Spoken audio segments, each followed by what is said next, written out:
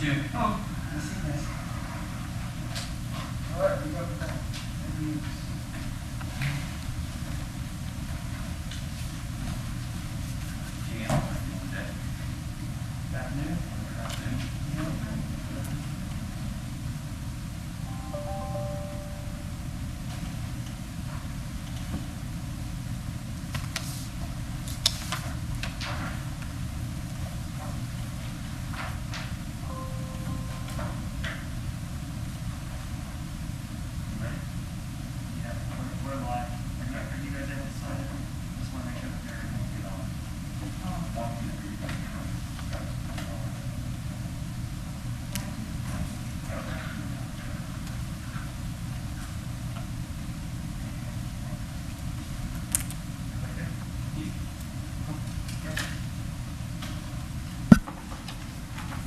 Mic on.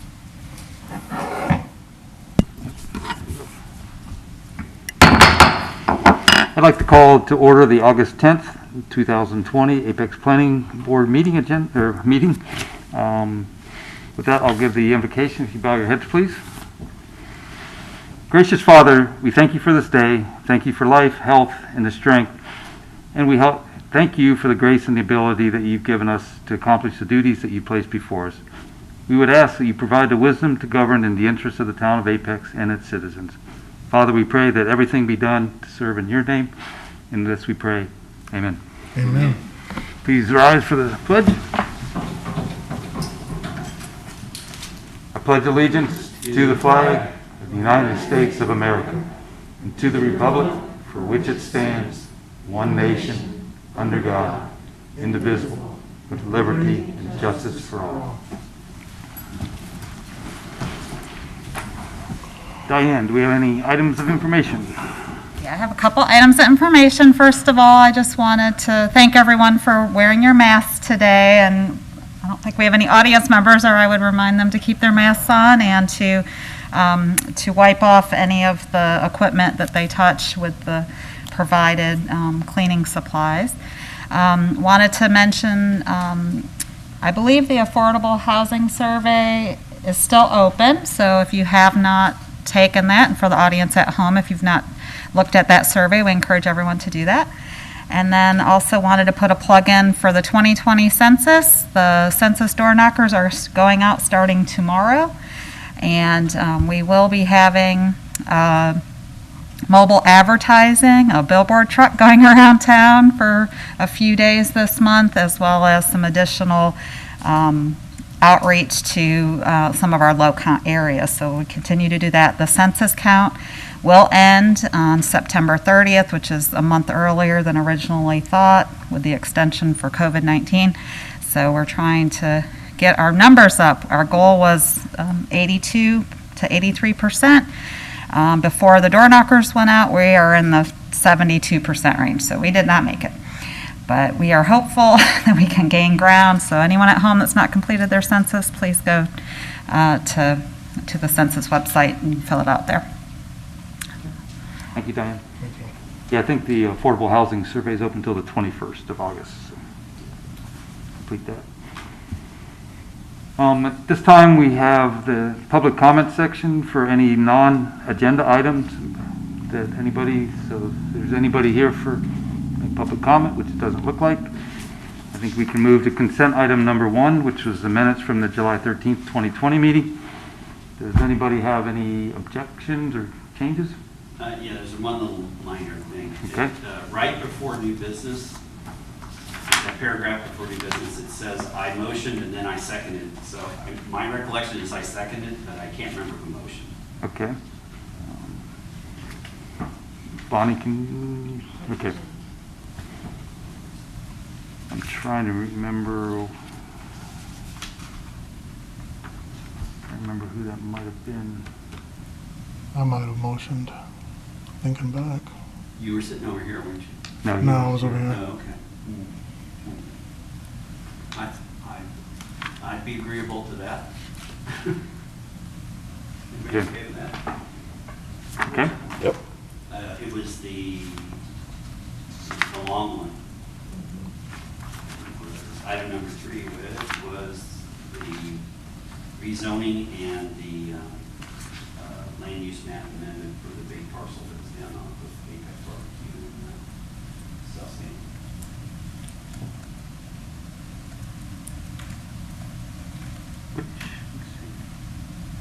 It was right before the new business? Yeah, it was, yeah, it's that paragraph right before new business.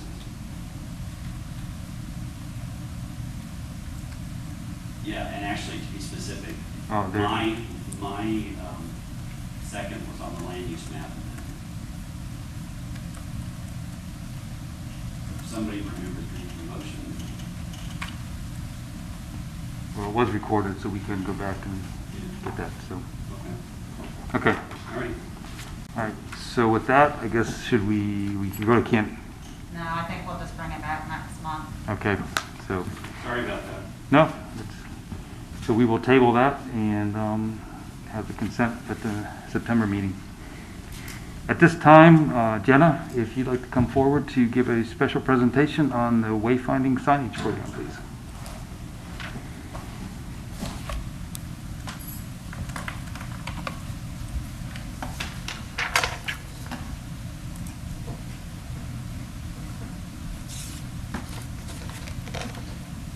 Good afternoon. Good afternoon. I'd like to present an update on the Town of Apex Wayfinding Signage Program. The town has partnered with Merge, an environmental design firm, to complete this project. And the purpose of this project is to provide attractive and consistent information to help individuals as they navigate to key destinations throughout the town. And this project will establish a wayfinding signage location plan, as well as a messaging plan and then specific designs. So after this project is complete, the next steps would be for sign fabrication and installation. So this afternoon, I'd like to provide updates specifically on the wayfinding analysis and then the schematic designs. So this slide is included just to show that we have a number of existing wayfinding signs in town, but they're not really part of a cohesive package. So one thing that was completed as part of the wayfinding program was an inventory was created of all the existing wayfinding signs in town, and it includes information on the condition of the sign. So this will help us, once we have the wayfinding program established, we can go back and figure out which signs need to be removed or replaced. So this slide includes a graphic of potential gateway signs. So it divides it into primary, secondary, and tertiary gateways, shown in pink, blue, and gray. And they're divided based on the volume of traffic who uses these roads. And the purpose of a gateway sign is to let people know that they've entered the town of Apex and to welcome them to town. And then on the right, you see some examples of existing gateway signs throughout town. So here we're looking specifically at downtown Apex, as one of the recommendations from the downtown master plan and parking study was to encourage people to continue walking in downtown Apex beyond the beyond the center, the Chatham extent, to continue going along north and south to Williams and Hunter. So we're looking at adding wayfinding signage at those locations. And then here's a list of the specific town destinations that would be included on the wayfinding signs. And one note is that private businesses are not permitted to be on the actual signs per NCDOT rules. So they're divided into a number of categories, such as parks and recreation, transit facilities, education, and historic sites. And then another recommendation out of the downtown master plan and parking study was to establish wayfinding in downtown Apex to direct people to the existing parking lots. So here you see the blue and the orange signs, and the blue ones would be direct to parking signs, and then the orange ones are once you approach the lot where you actually turn in to enter the parking lot. And you see on the bottom graphic, it also includes the Baptist church and the Methodist church, and this is because the downtown master plan includes a recommendation to enter into shared parking agreements with both of those churches. So if we are able to enter into agreements, we'll have a plan for wayfinding to put these in right after that so people can take advantage of those spaces.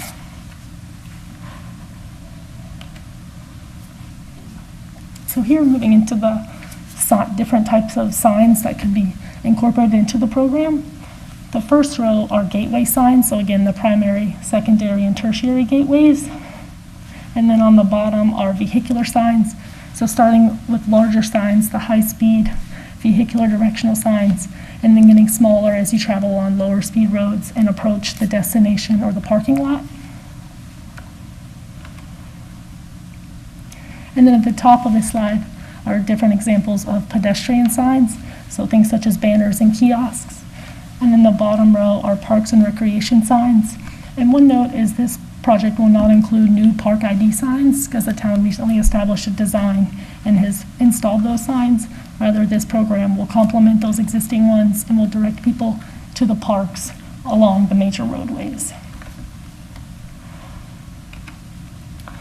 So moving away from the programming side of wayfinding over to the design side. So Merge, our partners, created 3 schematic designs, and these were presented to a group of staff, to a staff advisory committee and a group of stakeholders. And then we received feedback on those 3 schematic designs and then created option 4. So that's the main option that I'm going to present to you today.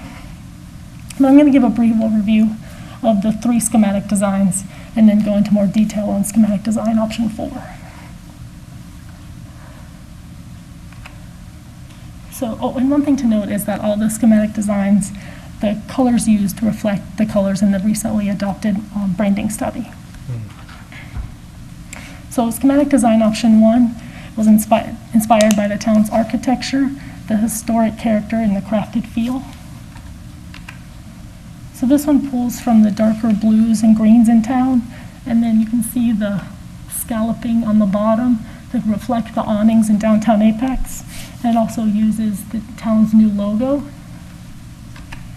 And then schematic design option 2 is inspired by the new brand, the friendly feel, and the natural environment of Apex. So this is the most modern of the 3 schematic designs. So this one includes different shades of green and then a more simple pole and uses the Apex logo at the top and has the arch top and bottom. And schematic design option 3 is inspired by the classic elegant charm of Apex. This is the most traditional of the 3 schematic designs, as you see with the more decorative post and the detailed metalwork under the sign. So these 3 schematic designs were presented to the stakeholder groups that I mentioned. So it's the staff advisory committee consisting of town staff as well as representatives from NCDOT, and then downtown restaurant owners, downtown business owners, merchants, and retailers, as well as representatives from tourism, programming and open space, and public safety, infrastructure, and history. So we met with all of these groups and then released an online survey to get detailed design input. So here's a summary of the design feedback that we received on those 3 schematic designs. Overall, options 1 and 2 were favored, so that was the basis for schematic design option 4. And the color palettes from 1 and 2 were preferred as well. And then some specific materials comments that we received. Overall, people preferred the pole style in option 1 and like the finials from option 1 as well. And then preferred the brick base with that arch top for the kiosk. And then some specific comments that we received on the design elements include the panel shape from option 2, and people like that the Apex logo at the top, and then the kiosks from both options 1 and 2 were preferred, and people like the option for a digital element to be included in the kiosk, but one note is that really would substantially increase the cost of the kiosk if it was digital. And there are also comments on the canopy for the kiosk, noting that would provide sunshade if you're looking at an orientation map. And then we also received some comments on an interest in including unique elements for downtown Apex, such as that scalloping on the bottom of the sign, or maybe a more detailed or decorative base on the pole. And we also discussed incorporating unique elements to distinguish our signs from those in neighboring municipalities, specifically those in Cary and Holly Springs. So I'd like to present design option number 4. So here it's a similar color scheme as design option number 1 with the blues and greens, but then we pull in the yellow accent color to really make it distinguished from the other towns. And the yellow is included on the pole covers and then some on the signs as well. So you have, this is the slide that you have in front of you, but then I'll show a close-up of all of the potential sign types. So here are the vehicular directional signs, starting on the right, the high-speed sign that has the flat base and then a more simple pole, but still has that yellow pole cover.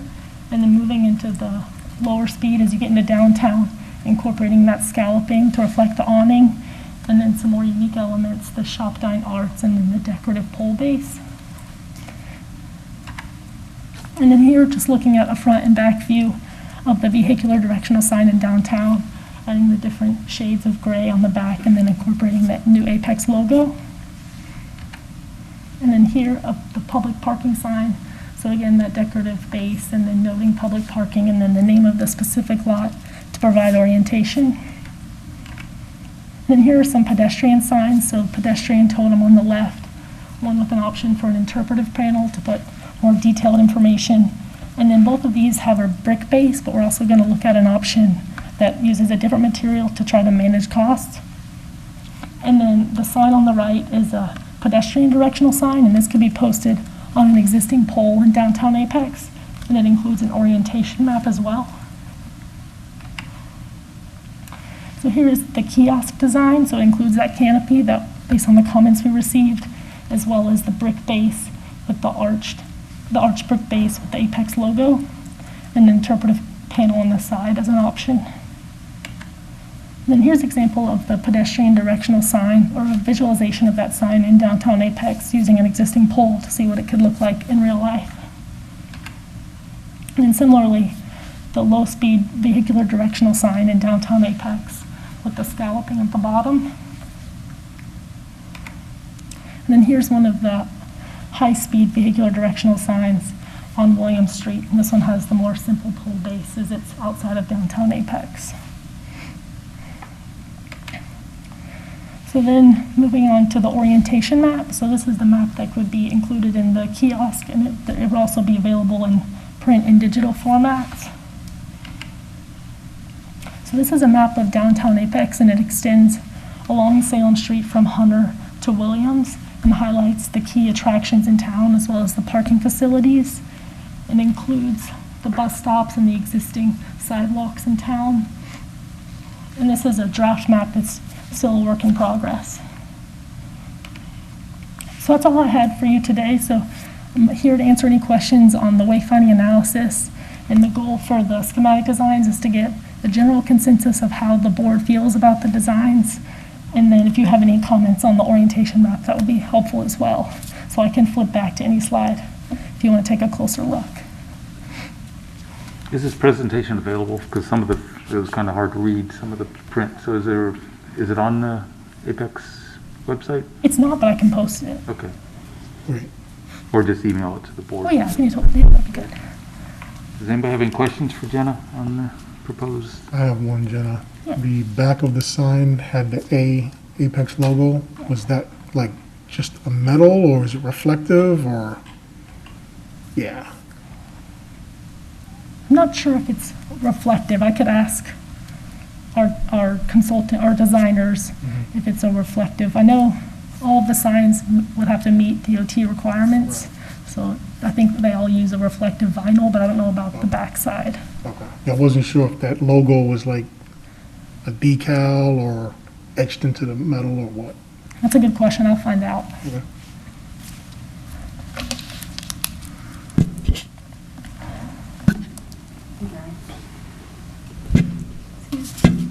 I was wondering if if the pedestrian and the kiosk, if there are visual, I don't know if you're this far along in the process, but is there any assistance for visually impaired folks? Will there be Braille available? That's a good question. I think that's a good idea. You're saying on the orientation map? Yeah, on the orientation map, and then the pedestrian directional maybe? Okay. Like this sign? Mm-hmm, yes. So like if Braille is something that could be incorporated? Yes. Okay. I'm not sure if that's something that's typically done, but I'll ask and find out. Was option 4 based, it sounded like the option 4 came out of all the feedback from options 1, 2, and 3, and then 4 sort of addressed all of those, what people were looking for, is that correct? Yes. Okay.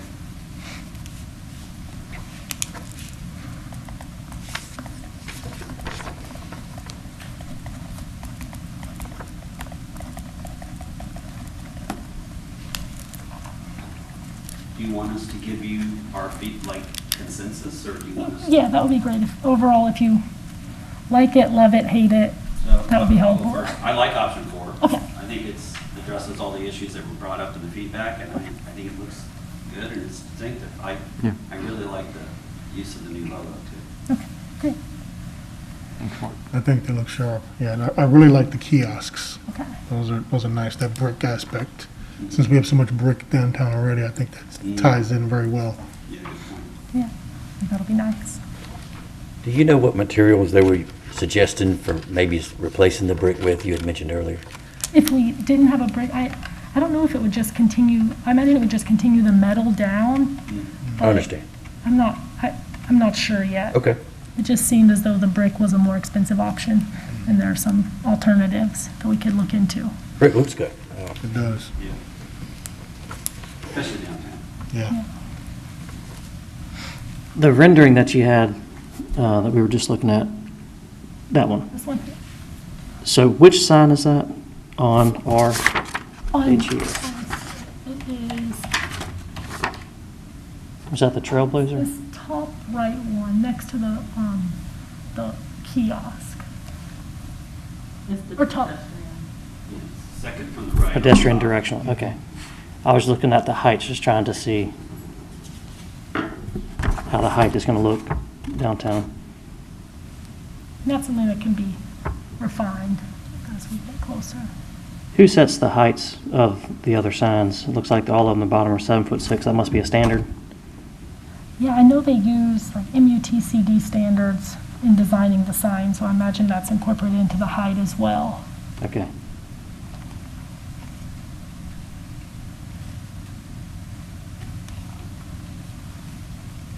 I like everything that was presented, and just my opinion is I don't think we need the cost of a digital signage. I mean, the town isn't gonna change that much that you need. No, I agree. So I just think, we can just have a I agree. printed, would be my opinion.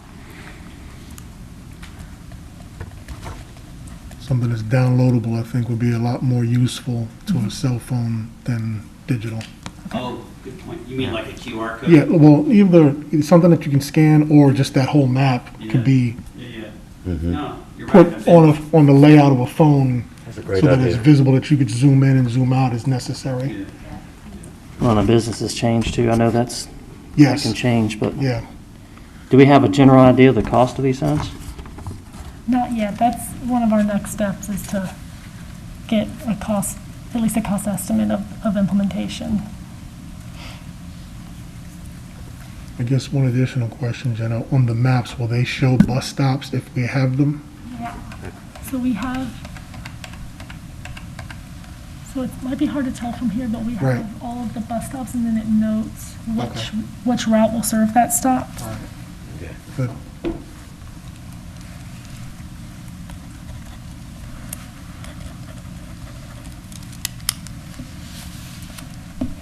Do you want like a motion and a kind of a board approval? Is that, I don't think we necessarily need an approval, but it sounds like overall Yeah. schematic design, option 4, the board would like us to move forward with that option. Is that I like it. Yeah, and that's subject to what the costs are. Okay. And that's gonna come next, right? Yes, we'll get more detailed costs, or some cost estimates. Cool, thank you all. thank you, Jenna. Thank you, Jenna. Thank you. Okay, we will now move to public hearings. Don't know if we really have any, but, well, persons wishing to speak on public hearing items will be called at the appropriate time. The chair will open the public hearing for each item. All comments must be limited to 3 minutes. When the 3 minutes are up, the speaker will be asked by the chair to wrap up their comments. And we only have one item for public comment, and that's Liz? No, that's not Liz.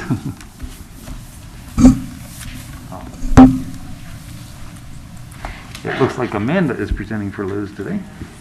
This is public hearing, possible motion regarding rezoning case 20 CZ06.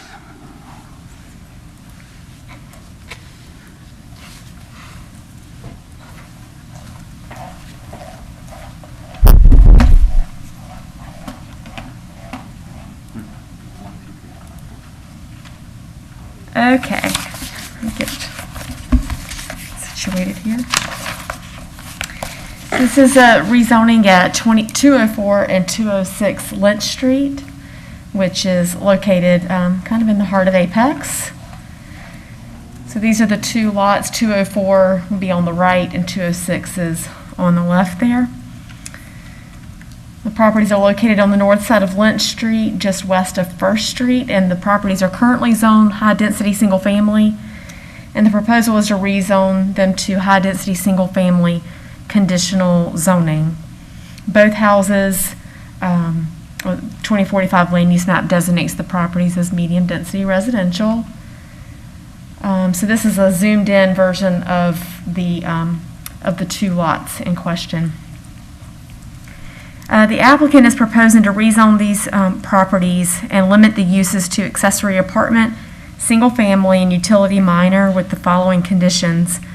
And just to backtrack, the purpose of this rezoning, as you can see, the house on 204 encroaches onto 206. This is not completely uncommon in older subdivisions. But there has been a desire in the past to make improvements. Well, this structure is non-conforming since it's crossing a property line. It doesn't meet setbacks either.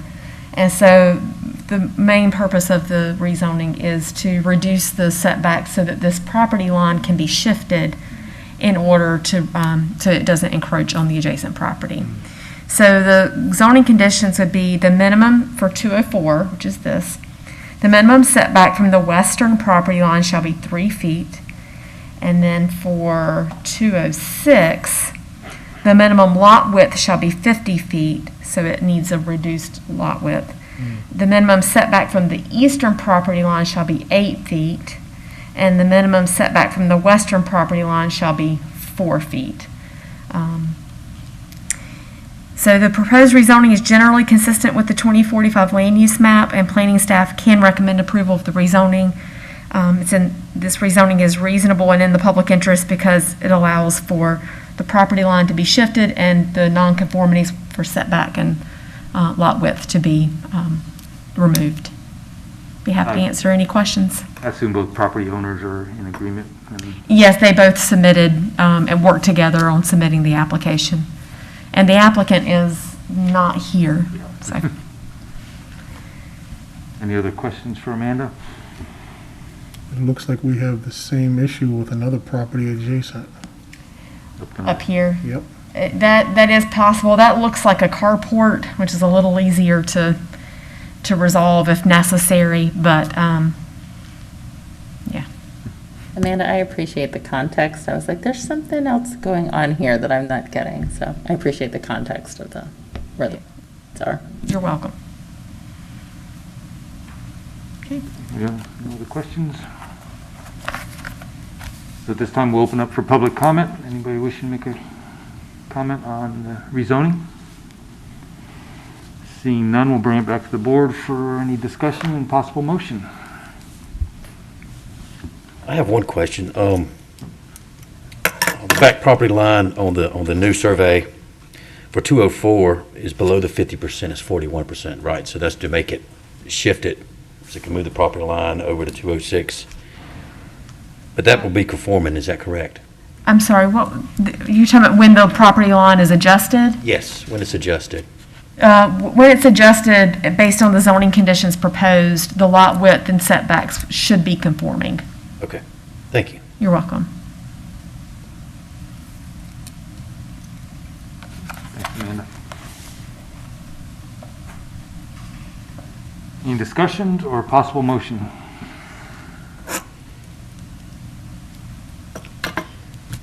I'd like a motion to approve. I think it's what we need to do. Okay. You have a motion to approve? Second. Second. Any discussions before we vote? No? All those in favor of the motion to approve, say aye. Aye. Those opposed? Okay, motion passes unanimously. All right, now for new business, Amanda's back up for a couple more UDO amendments. Yep. Okay, so there are 3 amendments before you today, and I'll pause after each one to see if you have any questions. So the first amendment is to the Small Town Character Overlay District standards. And the focus of this amendment is really within the Central Business District. So just as a reminder, this is where the Central Business District is located. It's really the core of downtown, primarily non-residential properties. And the amendment is to exempt these properties from the building landscaping requirements. So for non-residential development, each building is required to provide a certain number of shrubs and trees in close proximity to the building.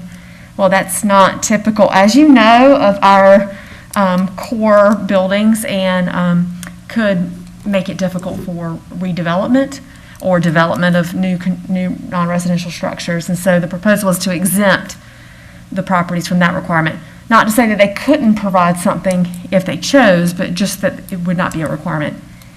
And then the other exemption proposed is that no landscaping within vehicular use areas of public parking lots is required. And so this is the trees every so many parking spaces for shading and along the perimeter, because again, where there is the ability to have public parking downtown, the standards that exist in suburban areas may not be able to be achieved in the downtown more constrained environments. And so in that case, it would be only public parking lots, not private, that would be exempt from that requirement. Any questions on that amendment? As an example, the churches that are there would not have to start putting in trees. They would not have to do that, and those are private, but if there were, and this would apply to any new construction or redevelopment going forward, not anything that's existing as of today. Okay. Any other questions on that one? Okay. The next one's easy. It's to the non-conforming structure section. The First Amendment is to correct a misspelled word. Non-conformity is misspelled. And the Second Amendment in this section, the sentence reads no non-conforming structure, but it should be a non-conforming structure. The intent being that once you're damaged beyond a certain point, then you can't, you have to comply with all the standards. So the way it reads is contrary to that. So we're fixing that. Any questions there? Okay. And finally, in section 14.1.3 in the Parks, Recreation, Open Space Sites Standards for Dedication, we're proposing that a Phase 1 site assessment be submitted prior to submitting land for dedication to the town. So when a subdivision is proposed, you can either dedicate land, pay a fee in lieu, or a combination thereof. And we want to ensure that the usability standard, there's several standards for when the town can accept the land dedication. One of those is usability. Well, we want to make sure the land is actually usable, and one of the ways to achieve that is by a Phase 1 site assessment, and so that can be considered before town council agrees to accept the land. So that's the proposal here. Any questions there?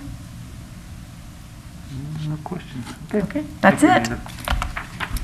Back to the board for any discussions or possible motion. I'll make a motion to recommend approval of the UDO amendments as proposed. Second. Have a first and second. Any discussions? Okay. All those in favor say aye. Aye. Opposed? Okay. Now, before we adjourn, I have something we need to bring up. So starting next month, Planning Board is going to go back to virtual meetings. So starting with the September 14th meeting, so no more in-person.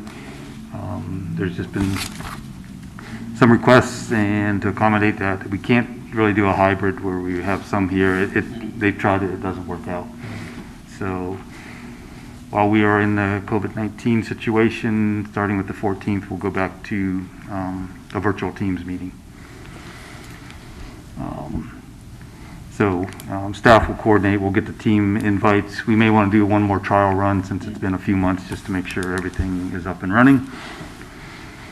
And on a related, but it's a separate issue, state law now allows for public comments up to 24 hours from the called meeting. So 24 hours after, which means we can't vote on any because we need to get all public comment.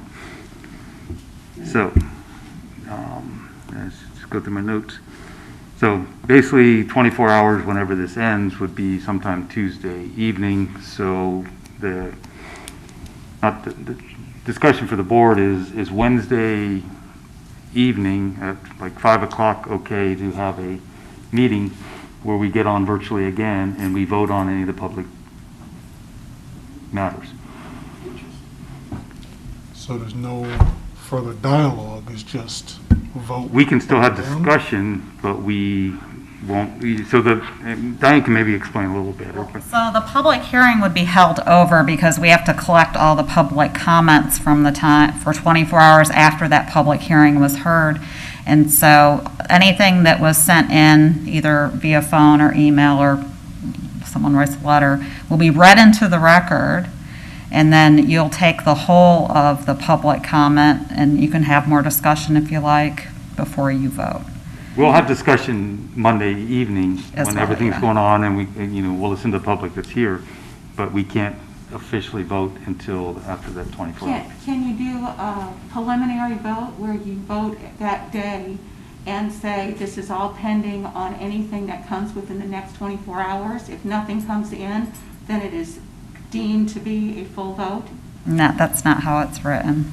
It has to be held open. And because we don't know when the public hearings will be done, because like next month we have several, we don't really want it Tuesday night because if your meeting goes till 8 o'clock, you can't vote on it till after 8 o'clock. So that's why we had suggested Wednesday, because that way we'd get the whole 24 hours, we'd collect all of it on Wednesday morning and make sure we had everything for you, present it to you. Anything additional, then you all would vote, and then we would get everything signed that night so that the next day the planners could get it into the town council agenda because the full agenda's due at noon on Thursday. So there is time to do it. We can't hold over things to your following meeting because it would be more than 30 days most months. And so if we do that, then it gets forwarded without your recommendation directly to council. So. Proposal was 5 p.m. on Wednesday evening. Does that give everybody time to either get home or get set up for a Zoom meeting or a Teams meeting? Or do you need it a little bit longer, or a little bit more delayed? I think that's fine. Are you going to present everything real time at 5 o'clock, or are you going to send it ahead so we can look at it? Or just we're going to tune in at 5 and you'll tell us if we got any new additional public comment?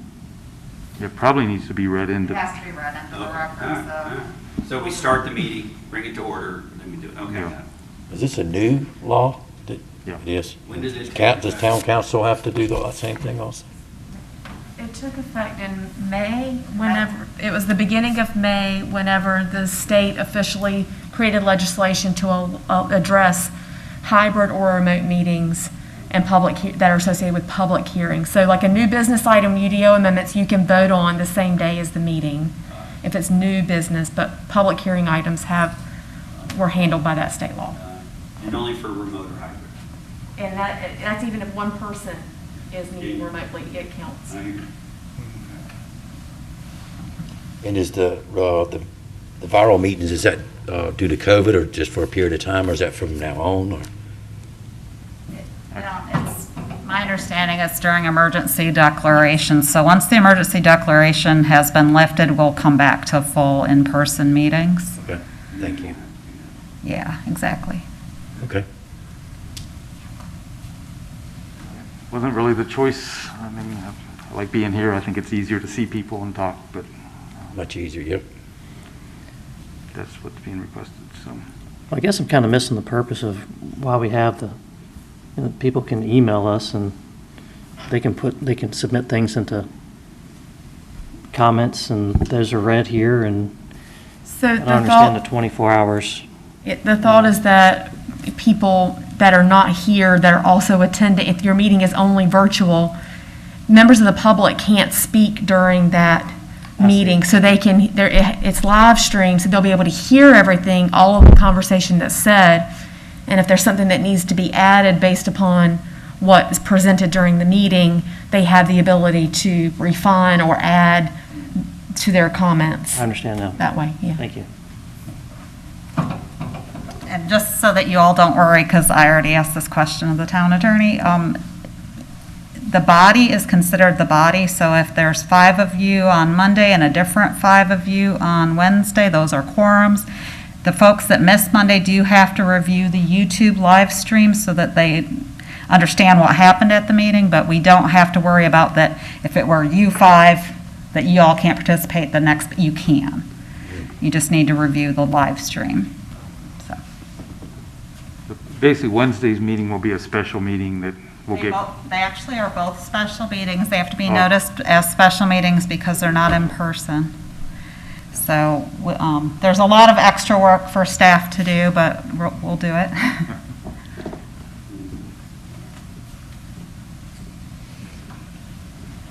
Yeah.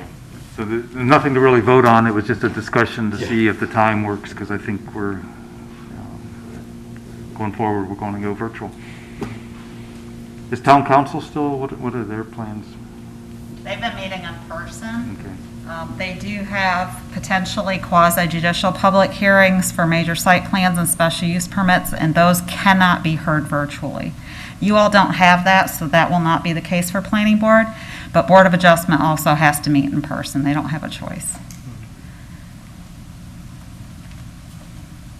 Just any other discussions or any other comments? But so we'll be virtual on the, I think it's the 14th for Monday, and then at 5 o'clock we'll come back and vote on any of the issues. That will be on Wednesday, right? Wednesday. Yep.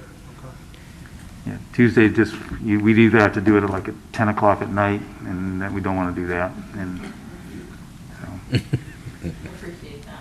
And just with everybody's work schedule, I think trying to do it during the day is just it would become, people would drop out, so we figured right at 5, so that will be the plan. Good plan. With that, we just need a motion to, So moved. and second? Second. Okay, all those in favor? Aye. All right, we're adjourned. Thank you, everybody. Thank you.